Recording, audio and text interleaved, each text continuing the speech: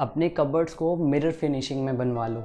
आपका कमरा एकदम से डबल अप हो जाएगा, दिखने में ऐसे लगेगा बहुत बड़ा है। अगर आपके पास जगह ही नहीं है कबर्ड रखने की, समझ ही नहीं आता कहाँ रखें कहाँ ना रखें, तो आप इन्वर्टेड यू टाइप की शेप की कबर्ड्स बनवा लो। आपका ज़्यादा जगह भी नहीं रुकेगी, ज़्यादा कॉम्पैक्ट भी नहीं लगेगा room, at the same time बहुत सारी स्टोरेज बन जाएगी, जितने मर्जी कपड़े रख लेना। और अगर आपके पास बहुत जगह है, समझ ही नहीं आता इस जगह का क्या करें, साथ में स्टोर है, एक पूरा स्पेस ही डिनोट कर सकते हो आप सिर्फ स्टोरेज के लिए, तो आप वॉक इन वार्डरोब बनवा सकते हो बिल्कुल ऐसे ही। इसका भी मैं आपको कुछ चीज़ें दिखाऊंगा कि कैसे हैं। लेकिन क्या आप जानते हो कि एग्जैक्ट सही तरीके से चूज़ कैसे करी जाती है कबर्ड या वार्डरोब अपने जगह के लिए? आप कैसी लुक चाहते हो वार्डरोब की, बहुत ज़्यादा डिपेंडेंट होते हैं उस पर मटेरियल्स कौन से यूज़ होंगे। जैसे अगर आपके ग्लास डोर हैं, बहुत ज़्यादा आजकल ट्रेंड में है टिंटेड ग्लास, अंदर लाइट लगा दो, बहुत ही लैविश लुक आती है, ऐसे लगता है कि वाओ क्या बात है, काफ़ी महंगी चीज़ है ये, ऐसी लुक आती है। और वहाँ से एक ट्रांसपेरेंसी भी दिखती है आपको। आपके कपड़े अगर अच्छे हैं आपके पास, उन्हें डिस्प्ले करके आप रख सकते हो तो बहुत अच्छा है। But for a person like me जो ज़्यादा मेंटेन नहीं कर सकता है वार्डरोब को, ऐसे घुमा फिरा के सब अंदर डाल देते हो आप भी मेरी तरह, तो ये चीज़ ध्यान रखो कि काफ़ी मैसी लगेगा वो बाहर से।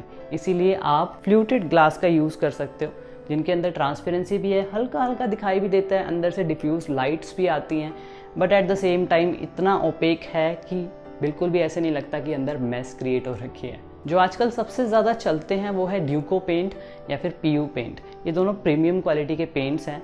ये एमडीएफ की वार्डरोब्स के ऊपर लगाए जाते हैं, बहुत ही अच्छी फिनिशिंग आती है। जो मेनली आप देखोगे ना मार्केट में ज़्यादातर जो अवेलेबल हैं और उनकी फिनिशिंग बहुत अच्छी है, वो यही पेंट्स हैं।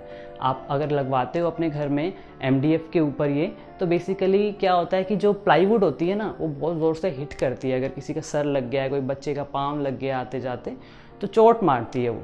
लेकिन जो पीयू पेंट है, ड्यूको पेंट है, ये एमडीएफ की शीट्स के ऊपर लगता है, तो एमडीएफ इतना हार्ड नहीं होता, लग भी गया ना तो बहुत ज़्यादा चोट नहीं पहुंचाता। ये बहुत बड़ा प्लस है।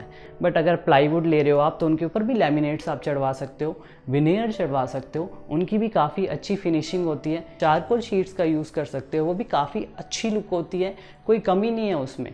बट हाँ, अगर आप बात करो कि वो जो किड सेफ टाइप की है, वो नहीं होती। वो जो भी चीज़ अगर आप प्लाईवुड से बनवा रहे हो, उसके ऊपर विनियर अगर आप चढ़वा रहे हो तो फिर भी ठीक है।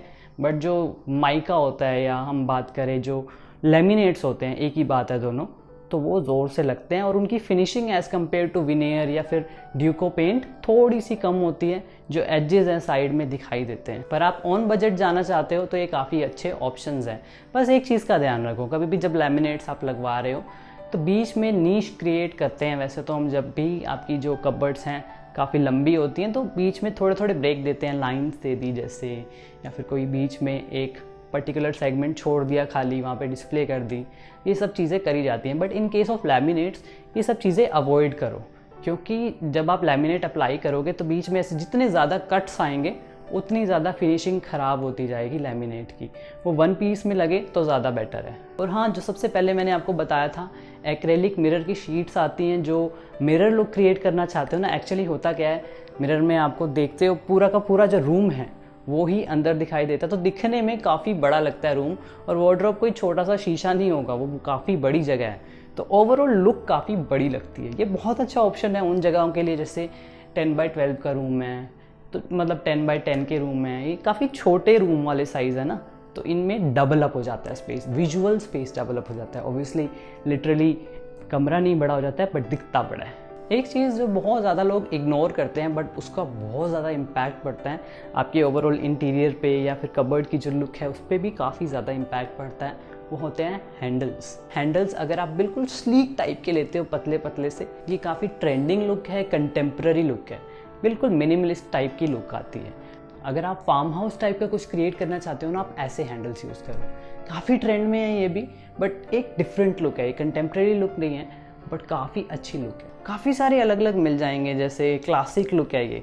जब भी आपको कुछ क्लासिक बनाना हो ना, ऐसे लगे कि वाह क्या बात है, क्लास है यहाँ, तो गोल्डन कलर्स का यूज़ करो। हैंडल्स हो बेशक छोटी छोटी चीज़ों में, एक्सेंट्स में यूज़ करो। एक्सेंट मीन्स कोई बहुत बड़ी चीज़ नहीं है, एक पर्टिकुलर सेगमेंट में कुछ पॉपअप होता हुआ दिख रहा है आपको, दैट इज़ कॉल्ड एक्सेंट।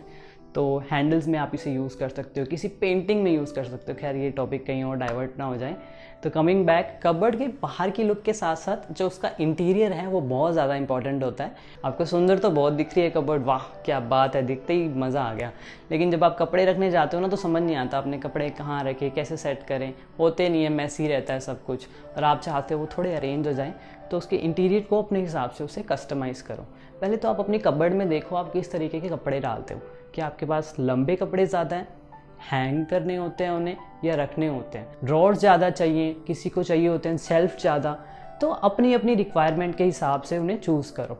लेकिन अगर for a person like me जिसको खुद नहीं पता 2 साल बाद 3 साल बाद उसके पास कौन से कपड़े होंगे, कैसे होंगे, जो ट्रेंड के साथ साथ अपनी वार्डरोब को चेंज करते रहते हैं, तो बेसिकली आपको वर्सेटाइल टाइप की वार्डरोब चाहिए जिसमें हर चीज़ के लिए थोड़ी थोड़ी थोड़ी जगह हो।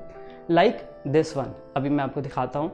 इसमें काफ़ी कुछ ऐसी चीज़ें हैं जो काफ़ी वर्सेटाइल हैं। जैसे इसमें लेंथ भी है, शॉर्ट कपड़े रखने की भी जगह है, ज्वेलरी के लिए अलग सेक्शन है, ऑर्गेनाइजर्स हैं, डिफरेंट इंसर्ट्स होते हैं। जैसे किसी को टाइज रखनी है अपनी, किसी को अपने जो पर्स हैं, मतलब basically depends on your own usage. किसी को बैग्स है, ग्लासेस रख सकते हो, बास्केट्स रख सकते हो। पैंट्स के लिए अलग टाइप के हैंगर्स आते हैं, शर्ट्स के लिए अलग टाइप के हैंगर्स आते हैं। तो इसे बेसिकली अपने हिसाब से कस्टमाइज़ करना होता है। नेक्स्ट पॉइंट, वार्डरोब दिखने में कितनी ही अच्छी हो, लेकिन अगर उसका साइज़ ही ठीक नहीं है, आपकी जगह में वो फिट ही नहीं बैठती है, या तो बड़ी है या छोटी है, तो उसका कोई फ़ायदा ही नहीं है। एक्चुअल में आते जाते सिर्फ पाँव टकराने के काम आएगी वो। साइज़ में 3 चीज़ें हैं। पहली है विड्थ। अगर आप सिर्फ कपड़ों के लिए यूज़ करने वाले हो और आपके पास ज़्यादा जगह नहीं है, तो आप मिनिमम 20 इंचेस वाइड कबर्ड बनवा सकते हो। अगर आपके पास अच्छी जगह है तो जो स्टैंडर्ड है 24 इंचेस है, काफ़ी अच्छी जगह निकल जाती है। 24 इंचेस में आप हैंगर्स भी यूज़ कर सकते हो। 20 to 22 इंचेस की जो वार्डरोब बनती है उनमें हैंगर्स नहीं लगते हैं। अगर आप एक्सेसरीज़ रखने के लिए कोई वार्डरोब बनवाना चाहते हो तो आपको इतनी चौड़ी ज़रूरत ही नहीं है, 14 इंचेस बनवाओ बहुत है। आप वहाँ पे अच्छी अच्छी डिस्प्ले कर सकते हो अपनी, जैसे आपने पर्स ख़रीद रखे हैं कोई, या फिर आपकी जो वॉचेज़ हैं, या फिर एनीथिंग यू लाइक, वहाँ पे आप प्लेस कर सकते हो। बस वहाँ कपड़े नहीं आएंगे। नेक्स्ट इज़ हाइट कितनी होनी चाहिए वार्डरोब की। वैसे तो 7 से 8 फीट स्टैंडर्ड साइज़ होता है वार्डरोब का, क्योंकि अप्रोचेबल होती है, हाथ आसानी से चला जाता है। पर मैं एक रिकमेंडेशन करूँगा, अगर आपकी सीलिंग हाइट कम है, 9 फीट के आसपास है, तो टिल द सीलिंग ले लो। या फिर कई बार क्या होता है, जो कॉलम है, बीम है, वो आपको दिखाई दे रहे होते हैं, तो आप उस तक ले जाओ ताकि वो फ्लैट फिनिशिंग दे, अच्छे लगते हैं वो भी काफ़ी। बट टू बी ट्रू, वो ज़्यादा ऊपर करते जाओगे ना तो वो अप्रोचेबल ही नहीं होता।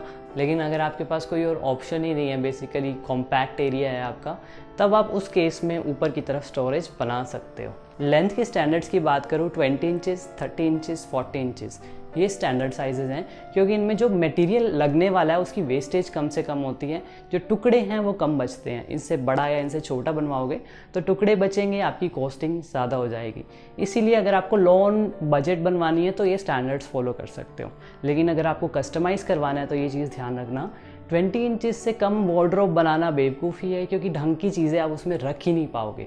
और 40 इंचेस से ज़्यादा की बनवानी है तो बीच में ब्रेक तो सपोर्ट होना चाहिए बीच में। ऐसे ना हो कि 40 इंचेस से लंबी कबर्ड है, बीच में कोई सपोर्ट नहीं है, तो वो झुलस जाएंगे आपके पल्ले जो हैं, या फिर बेसिकली वो स्ट्रेंथ मेंटेन नहीं रह पाएगी। जैसे अगर आपको 55 इंचेस की कबर्ड बनवानी है तो आप 35 इंचेस प्लस 25 इंचेस में बना के बीच में सपोर्ट दे सकते हो। ऐसे मत करना 40 इंचेस प्लस 15 इंचेस, बिकॉज जो 15 इंचेस बचेंगे वो ऑलमोस्ट वेस्ट जैसे हो जाएंगे। So that's all for cupboards, and I hope to see you in the next video. Thank you, bye.